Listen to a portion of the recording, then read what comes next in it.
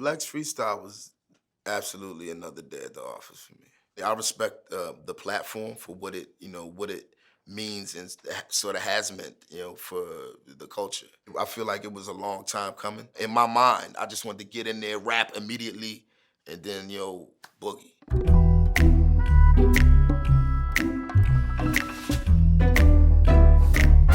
It really started coming together for me during an interview that I was doing with a brother named Barry Michael Cooper for the New York Times. He said, "You're like the hip hop Dostoevsky." So I did a little bit of research, and the truth started coming to light. I said, "Wow, I agree." He was a philosopher. He was an essayist, a novelist.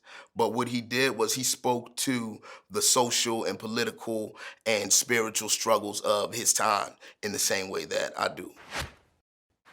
Yo, the universe let the planets align. Spent 10K in the car, didn't decline. The first thing I did was some bread that I made as an artist. I don't know if this was any indication of having made it or not, but it was, we went and bought the Land Cruiser. We shared it between three people, two of whom were unlicensed and uninsured drivers, and we sort of made it work. Bartender, one Casamigos and lime. I'm celebrating gracefully, getting better with time. I ain't even halfway through this incredible ride, but I'm kind of doing an incredible job. When I was 18, living beyond my means, I was afraid of my dreams, looking at the finer things. When I was 18, I was, in my second year of college, at a crossroads, trying to decide whether I was gonna stay in school or move back to Philadelphia, or just try and dive completely into all things sort of roots related. I was getting huge refunds back from my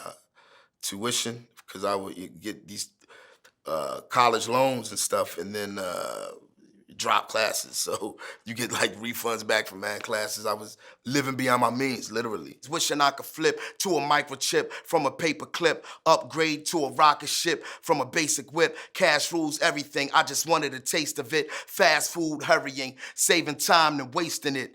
Self-saboteur speaking into my paramour. Torch rappers like I'm igniting the aerosol. Maintaining the wherewithal that embarrass y'all. Game changer the way I shredded your cabbage off. Explaining this change of apples to applesauce. When we were young, innocence was ours, but that was lost. The possibilities, the different configurations of a bar are limitless. The limit only comes in when you limit yourself.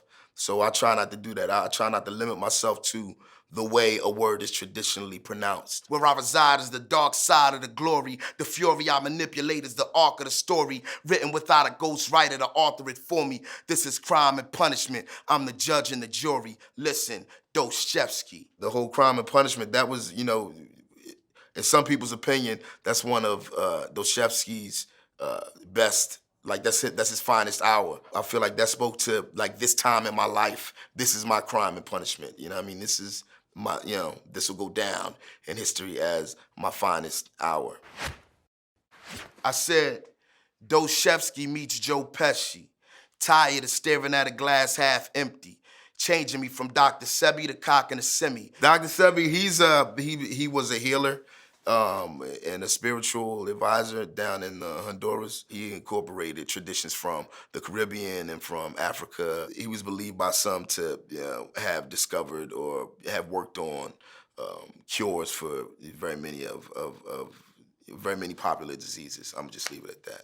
And got me clutching my machete from the Serengeti already. Wild styles, I'm Fab Five Freddy. I'm a stranger in Moscow. Don't ask how deadly. The Stranger in Moscow is a reference to the Michael Jackson song. It's more a reference to the Michael Jackson, where he was at that time in his life. When he recorded Stranger in Moscow, he was sort of in exile for, what was, I don't know, for court procedures. He was in exile, and he was feeling very much like, an outcast. I feel more like a maverick than an outcast. I feel more like an outlier, than an outcast. But I'm definitely able to identify with that.